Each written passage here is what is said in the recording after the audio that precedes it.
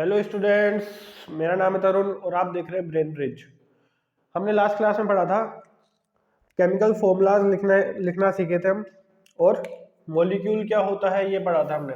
आज हम पढ़ने वाले हैं मॉलिक्यूलर मास क्या होता है। ठीक है, पहले मॉलिक्यूलर मास, फिर फॉर्मूला यूनिट मास, और उसके बाद में हम चलने वाले हैं मोल कंसेप्ट पे। ठीक है, मॉलिक्यूलर मास क्या होता है? किसी भी मॉलिक्यूल में जितने नंबर ऑफ एटम्स प्रेजेंट हैं उन सबके एटॉमिक मासेस का सम होता है मॉलिक्यूलर मास। ठीक है, किसी भी मॉलिक्यूल में जितने भी एटम प्रेजेंट हैं उनके सबका एटॉमिक मासेस का सम क्या होता है? मॉलिक्यूलर मास होता है। The sum of atomic masses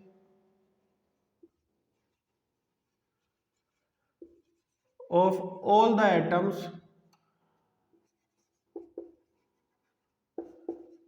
present in the molecule। ठीक है, एग्जाम्पल के लिए देखेंगे H2O। ठीक है, H2O में देखो दो एटम किसके हैं? हाइड्रोजन के। हाइड्रोजन के एटम का एक एटम का मास कितना होता है? 1U। इसको मल्टीप्लाई करेंगे 2 से, because of 2 atoms are there. Oxygen के एक एटम का मास कितना होता है? 16। इन दोनों को प्लस करेंगे तो कितना आएगा? 18U। यू क्या होता है? यूनिफाइड मास। ठीक है, ये किसका है मास? एक मॉलिक्यूल ऑफ वाटर का। ठीक है, आज की क्लास बहुत इंपॉर्टेंट है, इसको ढंग से समझ लेना। CO2 CO2 का मास निकालने के लिए वो C का 12 होता है और ऑक्सीजन का 16 इंटू 2 कितना आने वाला है? 12 प्लस 32 कितना आएगा? 44U। ठीक है, ऐसे ही Cl2 का, Cl2 भी एक मॉलिक्यूल है। इसकी एटोमिसिटी कितनी है? डाई एटोमिक है ये। ठीक है, Cl2, Cl का मास कितना होता है? 35.5। मल्टीप्लाई करेंगे इसको 2 से, कितना आने वाला है? 35 टू ज़ा 70, 0.5 प्लस 0.5 71 हो जाएगा ये। ठीक है, 71U।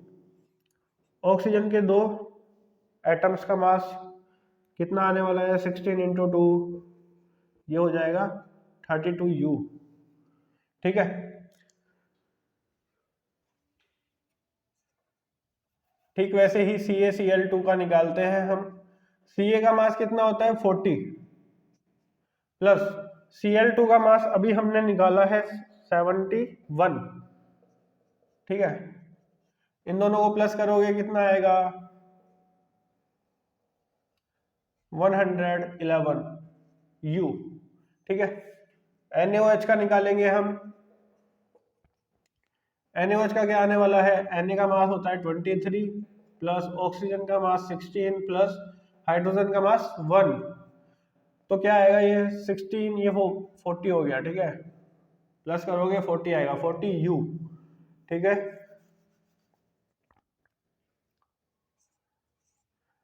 C4H10। ठीक है, C का मास कितना होता है? कार्बन का मास कितना होता है? 12। इसको 4 से मल्टीप्लाई करेंगे, कितना आएगा? 48 प्लस 1 इंटू 10, 48 प्लस 10 कितना आने वाला है? 58U। ठीक है, C2H6 या C2H2 कितना आएगा मास? चलो छोड़ो, ग्लूकोज का देखते हैं। C6H12O6। ठीक है, कार्बन के 6 एटम, तो 6 इंटू 12 प्लस हाइड्रोजन के 12 एटम्स, 12 इंटू 1 प्लस ऑक्सीजन के 6 एटम्स,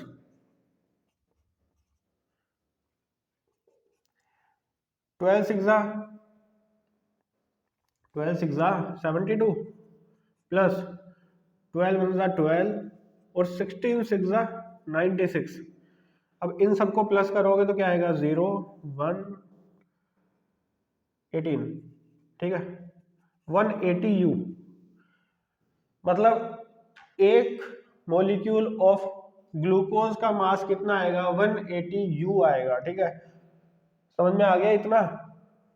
चलो अब दूसरे टॉपिक पे चलते हैं जो कि है हमारा formula unit mass.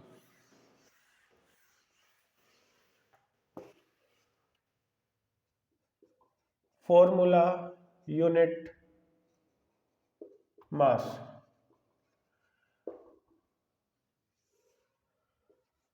Formula unit mass just like molecular mass, ठीक है। मोलिकुलर मास जैसे हमने निकाला वैसे ही हम क्या निकालेंगे, फॉर्मूला यूनिट मास निकालेंगे। इसके अंदर क्या होगा, लेकिन इसमें केवल 1 यूनिट मास निकलेगा। यूनिट बोला है तो उसको हम कन्वर्ट करेंगे किसमें, सिंप्लीफाई करेंगे उसको, ठीक है। जैसे कि ये लो C4H10, तो इसका मोलिकुलर मास तो क्या आया, मोलिकुलर मास कितना आ रहा है,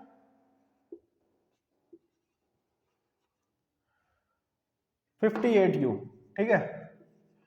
बट फॉर्मूला यूनिट मास क्या आने वाला है,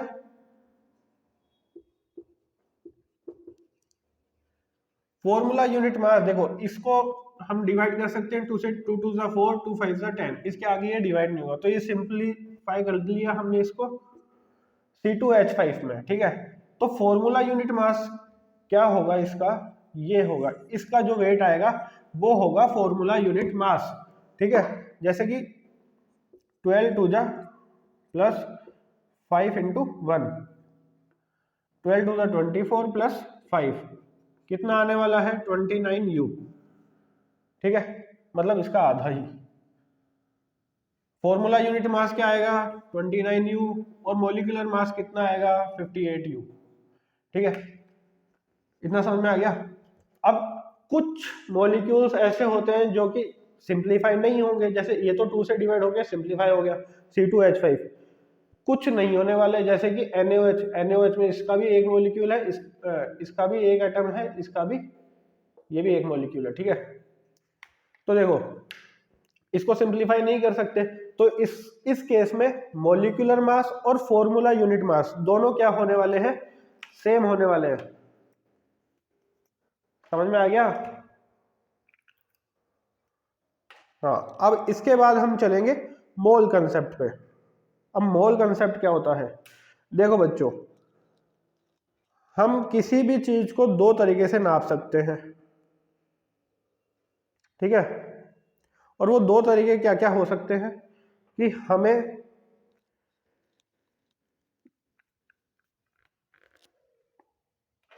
या तो हम उसको किस चीज में नाप सकते हैं, किलोग्राम, ग्राम, ठीक है, वेट मशीन पे रख के वैसे नाप सकते हैं, ठीक है। अगर हम वेट मशीन पे ना रखें तो हम उसको कैसे बताएंगे, तो हम उसको काउंट करेंगे किसमें, गिनती करेंगे उसकी, ठीक है, गिनती करेंगे।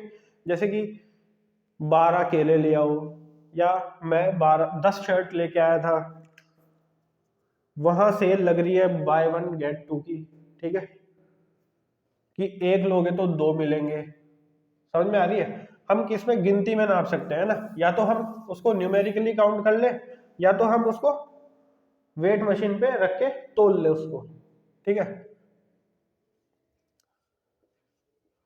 मोल कंसेप्ट,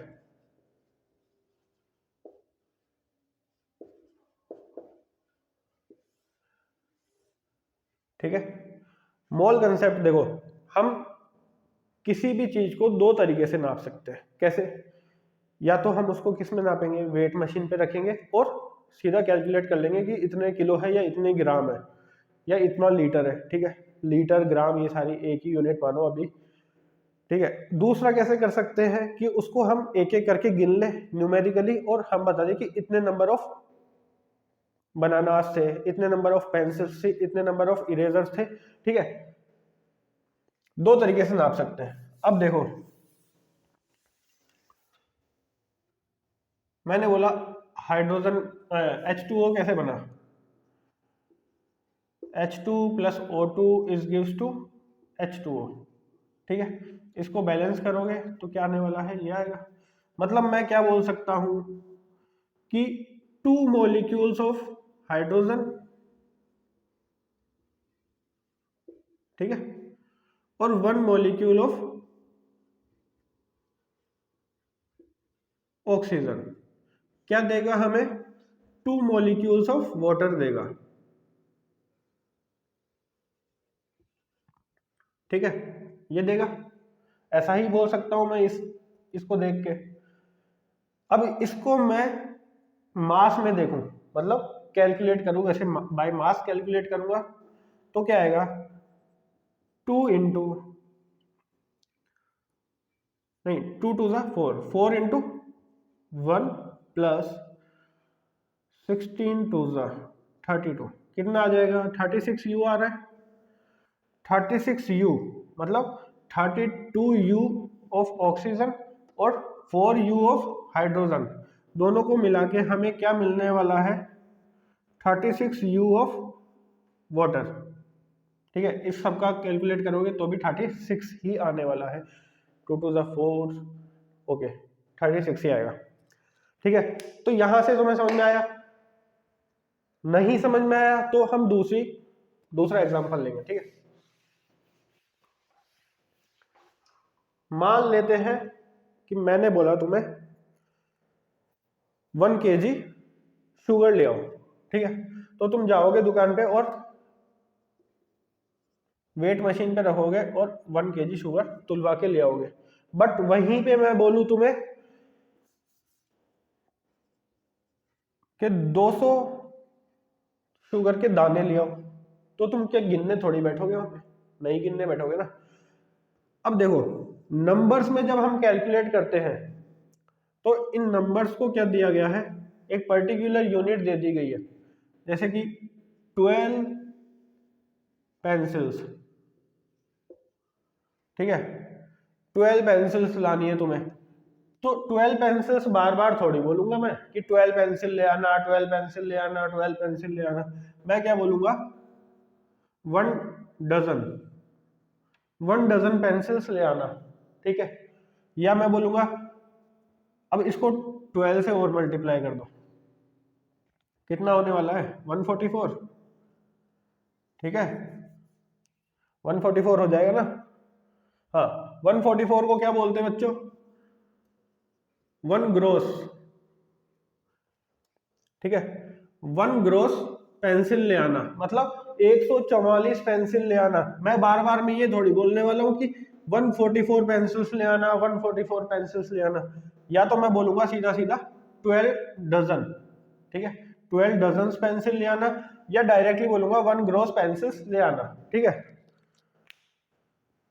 जब दिल्ली हम जाते थे, मतलब दिल्ली जब मैं जाता था तो वहां पे देखो, अपने राजस्थान में मिलता है केला किलो के भाव से, कि 1 किलो केला कितने का मिलेगा, 1 kg बनाना। अब चाहे उसमें 5 चढ़े, 6 चढ़े, 10 चढ़े, ठीक है, 1 किलो बनाना 40 रुपए किलो। ठीक है, वहां मैं गया, वहां बोलते हैं 1 डजन बनाना 60 रुपए किलो, 60 रुपए की। ठीक है,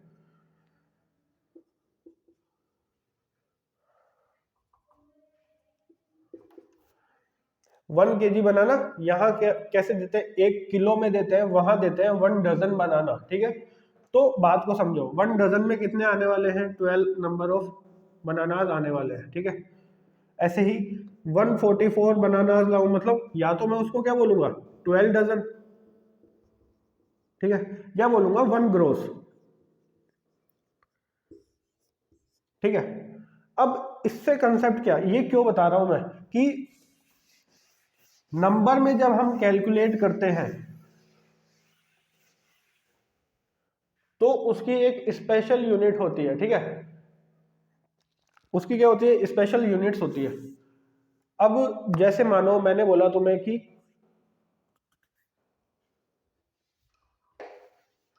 मैंने बोला तुम्हें नमक है, नमक को NaCl बोला जाता है। मैंने बोला इसके 1 कप नमक में से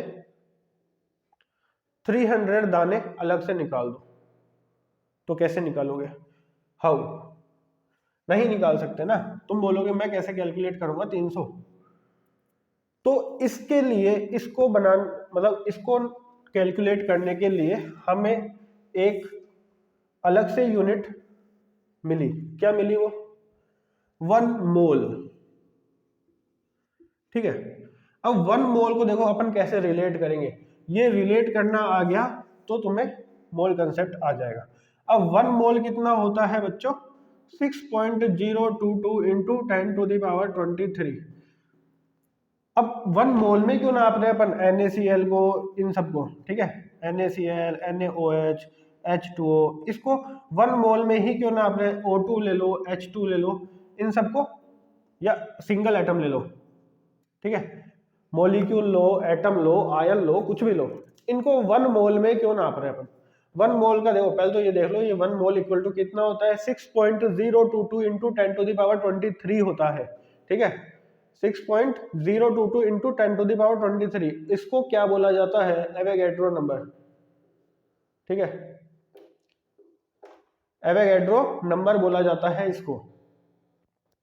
अब इसको हम 1 मोल में क्यों नाप रहे हैं? 1 मोल में इसलिए नाप रहे हैं बच्चों, हमने पढ़ा है Na11 नंबर का एटम है। एटम क्या होते हैं? बहुत छोटे होते हैं, वो हमें दिख नहीं सकते, नहीं दिख सकते ना, तो ऐसे बहुत सारे एटम मिला के ये दिखने की अवस्था में आएंगे, ठीक है, मतलब दिखने लगेंगे हमें, बहुत सारे जब एटम्स मिलेंगे तब हमें ये दिखने लगेंगे। तो इतने नंबर ऑफ एटम्स, या 1 मोल में कितने नंबर ऑफ एटम आएंगे या कितने नंबर ऑफ मॉलिक्यूल आएंगे? ये आएंगे 6.022 इंटू 23, 10⁻23, ठीक है, हमेशा। अब मेरे को कोई बोले कि 1 मोल ऑफ हाइड्रोजन एटम कितना होता है, तो मैं क्या बोलूंगा? 6.022 इंटू 10⁻23 हाइड्रोजन एटम, ठीक है। या मेरे को कोई बोले 1 मोल ऑफ वाटर कितना होगा, तो मैं क्या बोलूंगा? 6.022 इंटू 10⁻23 वाटर मॉलिक्यूल, ठीक है, यही होने वाला है। अब देखो इसको हम रिलेट करेंगे किससे? एक हाइड्रोजन एटम का मास कितना था? 1 हाइड्रोजन एटम का मास हमने पहले निकाला था, या मैंने तुम्हें बताया था, क्या था? 1U था, 1 यूनिफाइड मास था, ठीक है। अब ये जो आ रहा है 6.022 इंटू 10⁻23, इसका मास कितना होने वाला है? इन इतने सारे एटम्स का मास कितना होने वाला है? सेम टू सेम लेना है ये 1, और U की जगह हम क्या लिखेंगे? ग्राम, ठीक है, 1 ग्राम होने वाला है। ठीक वैसे ही मैं लू 1 मोल ऑफ वाटर, एक वाटर मॉलिक्यूल का मास कितना होता है? 18U, हमने देखा था अभी थोड़ी देर पहले। तो 1 मोल ऑफ वाटर मॉलिक्यूल का मास कितना होने वाला है? 18 ग्राम, ठीक है, समझ में आ रही है? मतलब जितने नंबर ऑफ तुम मॉलिक्यूल ऑफ वाटर लोगे, मैंने बोला 2 मोल ऑफ वाटर मॉलिक्यूल, ठीक है, तो इसका मास कितना होने वाला है? 18 का 1 मोल ऑफ वाटर मॉलिक्यूल का मास कितना होता है? 18 ग्राम, तो 2 का कितना होगा? 2 इंटू 18, 36 ग्राम, ठीक है। अब ये चीज निकालने की जरूरत क्यों पड़ी हमें कि मोल नंबर देना क्यों पड़ा? मोल इसलिए देना पड़ा बिकॉज उस टाइम पे जो केमिस्ट हुआ करते थे, ठीक है, जो केमिस्ट्री लैब में काम किया करते थे या जो दवाइयाँ दिया करते थे, वो क्या करते थे? उनके पास कोई माइक्रोस्कोप से भी नहीं दिखता, एटम्स माइक्रोस्कोप से भी नहीं देख सकते हम, तो वो क्या करते थे? कैलकुलेट करके देते थे कि 1 ग्राम हमने क्या दे दिया? NaCl दे दिया, ठीक है, 1 ग्राम ऑफ NaCl, ठीक है। तो फिर ये कैलकुलेट कर सकते हैं कि 1 ग्राम NaCl में कितने नंबर ऑफ एटम्स तो Na के हैं और कितने नंबर ऑफ एटम्स Cl के हैं। ठीक है, इसलिए ये क्या कॉन्सेप्ट आया, मोल कॉन्सेप्ट आया। और इसको हम, ये अगर तुम्हें समझ में आ रहा है, अगर देखो 1U क्या था, 1U था 1 हाइड्रोजन एटम का मास। ठीक है, वहीं पे 1 ग्राम क्या है, 1 मोल ऑफ हाइड्रोजन एटम का मास। 1 मोल ऑफ हाइड्रोजन एटम कितने एटम होंगे, 6.022 इंटू 10⁻23 एटम्स ऑफ हाइड्रोजन। मतलब इसके आगे 23 जीरोज लगा दो, तब जाके आएंगे जितने नंबर ऑफ हाइड्रोजन एटम्स होगा उसका मास कितना होने वाला है, 1 ग्राम होने वाला है ओनली। ठीक है, ठीक वैसे ही इधर देखो Cl2,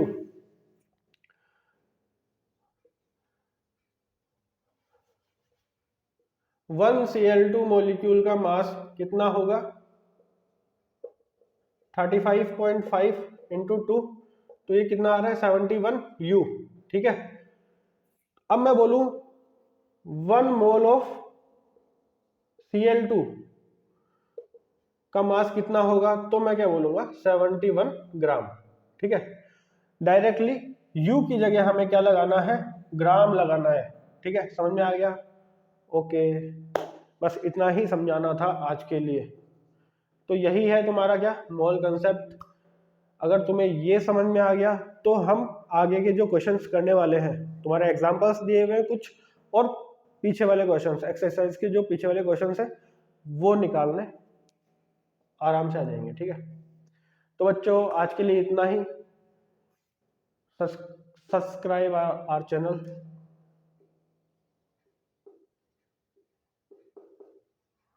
ठीक है, ओके, थैंक यू।